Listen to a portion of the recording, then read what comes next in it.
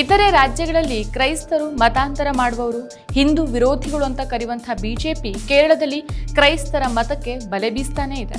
ಪ್ರಸ್ತುತ ಬದಲಾಗುತ್ತಿರೋ ರಾಜಕೀಯ ಪರಿಸ್ಥಿತಿಯಲ್ಲಿಯೂ ಕ್ರೈಸ್ತ ಸಮುದಾಯದ ಮತಗಳೇ ಗೇಮ್ ಚೇಂಜರ್ ಆಗೋ ಸಾಧ್ಯತೆಗಳು ಹೆಚ್ಚು. ಹುಸಿ ಸುಳ್ಳುಗಳನ್ನ ಮುಂದಿಟ್ಟುಕೊಂಡು ಬಿಜೆಪಿ ಕ್ರೈಸ್ತರನ್ನ ತನ್ನತ್ತ ಸೆಳೆಯೋ ಯತ್ನ ಮಾಡ್ತಾನೇ ಇದೆ.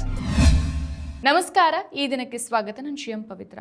ಕೇರಳದಲ್ಲಿ ಏಪ್ರಿಲ್-ಮೇ ತಿಂಗಳ ಅವಧಿಯಲ್ಲಿ 140 ಸದಸ್ಯ ಬಲದ ವಿಧಾನಸಭಾ ಚುನಾವಣೆ ನಡೆಯಲಿದ್ದು, ಈಗಾಗಲೇ ಕಾಂಗ್ರೆಸ್ ನೇತೃತ್ವದ ಯುನೈಟೆಡ್ ಡೆಮೊಕ್ರೆಟಿಕ್ ಫ್ರಂಟ್ ಮತ್ತು ಸಿಪಿಐಎಂ ನೇತೃತ್ವದ ಎಡ ಪ್ರಜಾಸತ್ತಾತ್ಮಕ ರಂಗದ ಪ್ರಚಾರದಲ್ಲಿ ತೊಡಗಿದೆ. ಈ ಬಾರಿ ಬಿಜೆಪಿ ತನ್ನ ಕೋಮು ದ್ವೇಷದ ವಿಷಬೀಜವನ್ನು ಹರಡುವಲ್ಲಿ ಬಹುತೇಕ ಯಶಸ್ವಿ ಕಂಡು ಅಲ್ಲಲ್ಲಿ ಮತ ಕಬಳಿಸೋ ಯತ್ನದಲ್ಲೂ ಇದೆ. ಏನೇ ಆದರೂ ಕೇರಳದಲ್ಲಿ ಚುನಾವಣೆಯ ಫಲಿತಾಂಶವನ್ನು ನಿರ್ಧರಿಸೋದು ಕ್ರೈಸ್ತ ಸಮುದಾಯದ ಮತಗಳು. ಕೇರಳದ ರಾಜಕೀಯ ಮತ್ತು ಸಾಮಾಜಿಕ ಭೂಪಟದಲ್ಲಿ ಕ್ರೈಸ್ತ ಸಮುದಾಯ ಯಾವಾಗಲೂ ನಿರ್ಣಾಯಕ ಪಾತ್ರವನ್ನು ವಹಿಸ್ತಾನೆ ಬಂದಿದೆ.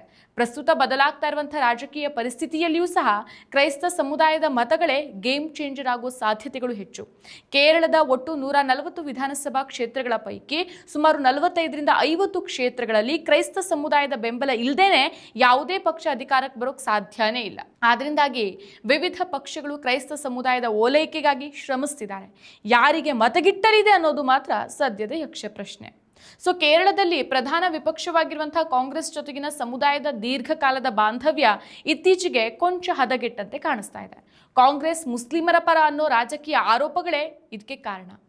ಇವೆಲ್ಲವೂ ಕೇರಳದಲ್ಲಿ ಸಾಂಪ್ರದಾಯಿಕ ರಾಜಕೀಯ ವ್ಯವಸ್ಥೆಯನ್ನೇ ಬದಲಾಯಿಸಿದೆ. ಕ್ರೈಸ್ತರ ಮತವನ್ನು ಸೆಳೆಯೋ ಸತತ ಪ್ರಯತ್ನವನ್ನ LDF ಮಾಡ್ತಾನೇ ಇದೆ.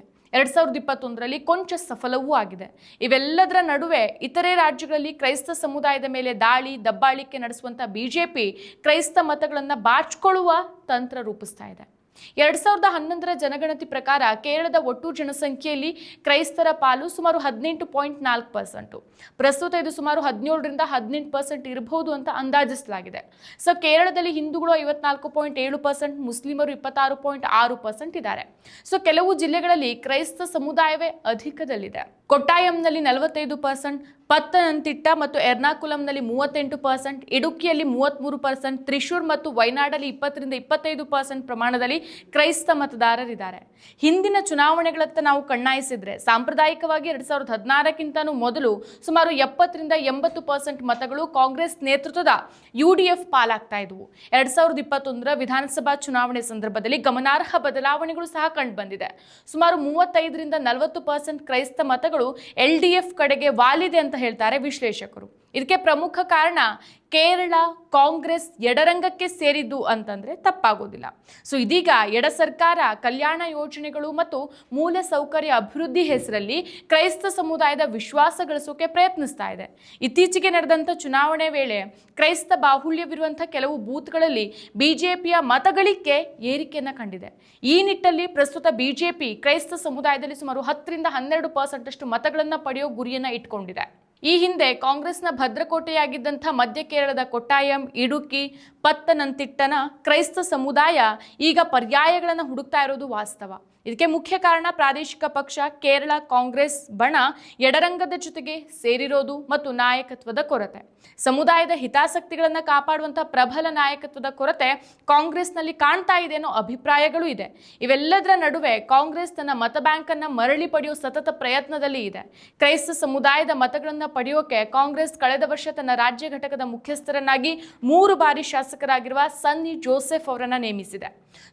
ಕಾಂಗ್ರೆಸ್ ಮೈತ್ರಿಯಲ್ಲಿ ಮುಸ್ಲಿಂ ಲೀಗ್ನ ಪ್ರಭಾವ ಹೆಚ್ಚಾಗ್ತಾ ಇದೆ ಅನ್ನೋ ಆರೋಪಗಳೂ ಇದೆ. ಇದರಿಂದ ಕ್ರೈಸ್ತ ಸಮುದಾಯ UDF ಮೇಲೆ ಅಸಮಾಧಾನವನ್ನ ಹೊಂದಿದೆ. ಇದನ್ನ ಎಡಪಕ್ಷಗಳು ತಮ್ಮ ಲಾಭಕ್ಕೆ ಬಳಸ್ಕೊಳ್ತಾ ಇದೆ.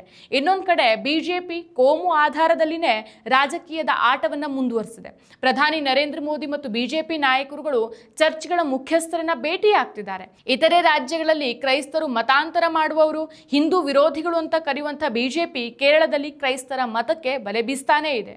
ಇಷ್ಟು ಮಾತ್ರ ಅಲ್ಲ, ಪ್ಯಾಲೆಸ್ತೀನ್ ಇಸ್ರೇಲ್ ಸಂಘರ್ಷ, ಕೆಲವು ಆಫ್ರಿಕನ್ ದೇಶಗಳಲ್ಲಿನ ಜನಾಂಗೀಯ ಗುಂಪುಗಳ ನಡುವಿನ ಘರ್ಷಣೆ ಕೇರಳದಲ್ಲಿ ಮುಸ್ಲಿಮರ ವಿರುದ್ಧ ಕ್ರೈಸ್ತರ ಒಂದು ವಿಭಾಗದಲ್ಲಿ ಅಸಮಾಧಾನಕ್ಕೆ ಕಾರಣ ಆಗಿದೆ.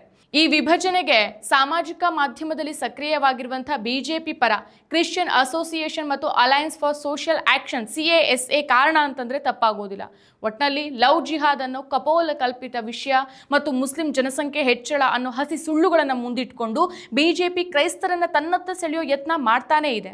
ಕ್ರೈಸ್ತ ಸಮುದಾಯ ಬಿಜೆಪಿಯ ಕೋಮು ಆಟಕ್ಕೆ ಬಲಿಯಾಗತ್ತಾ ಅಥವಾ ಇಲ್ವಾ ಅನ್ನೋದರ ಮೇಲೆ ಕೇರಳದ ಚುನಾವಣಾ ಫಲಿತಾಂಶ ನಿಂತಿದೆ. ಮತ್ತಷ್ಟು ವಿಶೇಷ ವಿಡಿಯೋಗಳನ್ನು ನೋಡಲು ಮತ್ತು ಹೊಸ ವಿಡಿಯೋಗಳ ಬಗ್ಗೆ ತಿಳಿಯಲು ಈ ದಿನ .com ಯೂಟ್ಯೂಬ್ ಚಾನೆಲ್ ಸಬ್ಸ್ಕ್ರೈಬ್ ಮಾಡಿ ಮತ್ತು ಬೆಲ್ ಐಕಾನ್ ಕ್ಲಿಕ್ ಮಾಡಿ.